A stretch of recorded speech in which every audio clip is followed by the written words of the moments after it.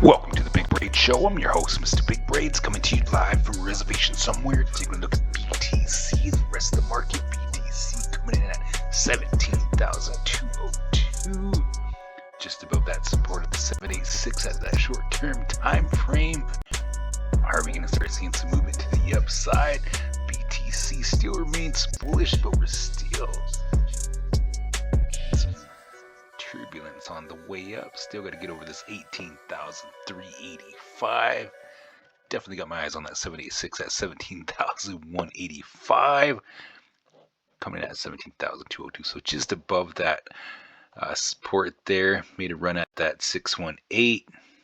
Came back down to retest that support. Could start getting some bullish moves to the upside, especially if we get over that 17,390. Start working on that 18,385 area. That's exactly where we got stopped this last, possible run up there. Here we are, getting a bit of a sideways action. Started to make some moves. Are we going to make some moves to the upside? Or are we just going to get some sideways action? We got people still calling for lower price action. I got that on the 8 to 12,000 area as far as wishful thinking. But at this price action, definitely been waiting for this for over a year. For everybody in the community that's been here, we've been talking about this since November of last year. We were looking for this price action. Here we are. It's no surprise. We knew it was coming. Waiting and ready to strike. And I am loving the accumulation across the board in a lot of projects. We got a few themes popping around, a few 20%ers in the last few days. It's been green. It's been nice to see a lot of stuff moving around, getting those 4.8%, 3.82%. We've had a few that have gone, we got 10 at SoFi, 0 at 3. A lot more green than there is red. So definitely excited to see where we're going. If we go out to the let's go out to the 6 month here.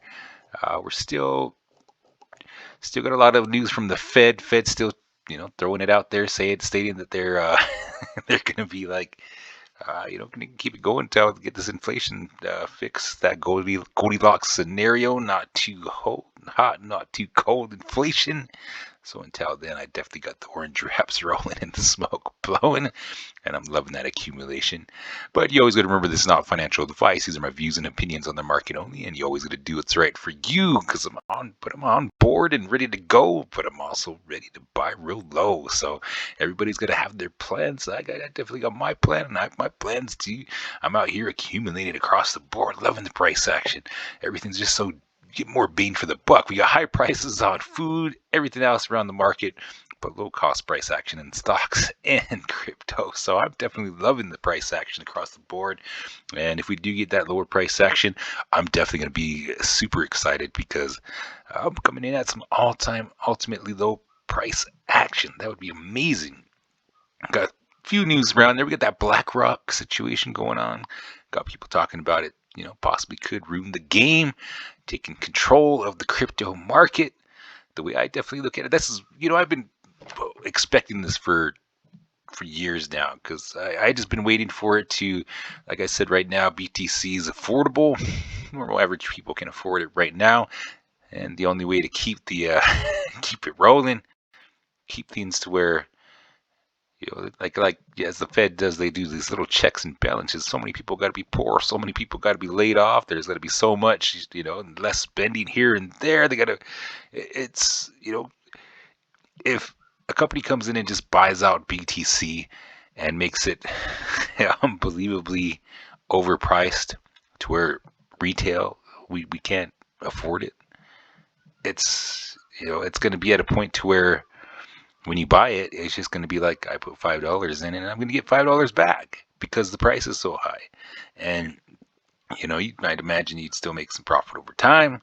But at this, at that point, if you're on board and ready to go, if they do start buying it up and it starts getting too expensive for retail, then it's just going to be taken over on, by the big dogs, and that's how things have run throughout history. So, I mean, but you always got to remember this is not financial advice. These are my views and opinions on the market only, and you always got to do what's right for you. I see all these banks. I see that's what the FUD that I seen today. They were saying banks are pulling out of crypto, but countries are diving in. We got whole countries that have changed their currency to Bitcoin. Just that's their currency. And so at this point, other countries definitely got they have to utilize it because that's this country's currency. We can't buy nothing from them, because I mean we could definitely, but they're going to pay us in crypto, and they're going to pay us in Bitcoin, BTC. So I definitely I look at that. And then everybody's talking about, well, we got to go in gold and stuff like that. But I mean, the cost of gold goes down, I mean, every year because we find more of it. All we have to do is dig deeper. And then we're going off into space to find gold comets and such to mine. I mean, once we get an overabundance of gold, say a big creator of gold lands on the moon, we go after it. The price of gold's going to go down if we get a lot of it. I mean, it's no longer a rarity at that point, or we find a big, huge chunk of gold in the earth, and there's unlimited amounts of it, and that definitely affects it too. So it's you got to look at the long run scenario, and it's interesting. Everybody's got their places where they put their money and get their growth, and but that's just been the topic of discussion. Where do you put your money? Will you put it in gold? You put it in crypto? You put it in stocks? What's the stocks going to do? And they put out so much FUD out there, and it's like, oh my god.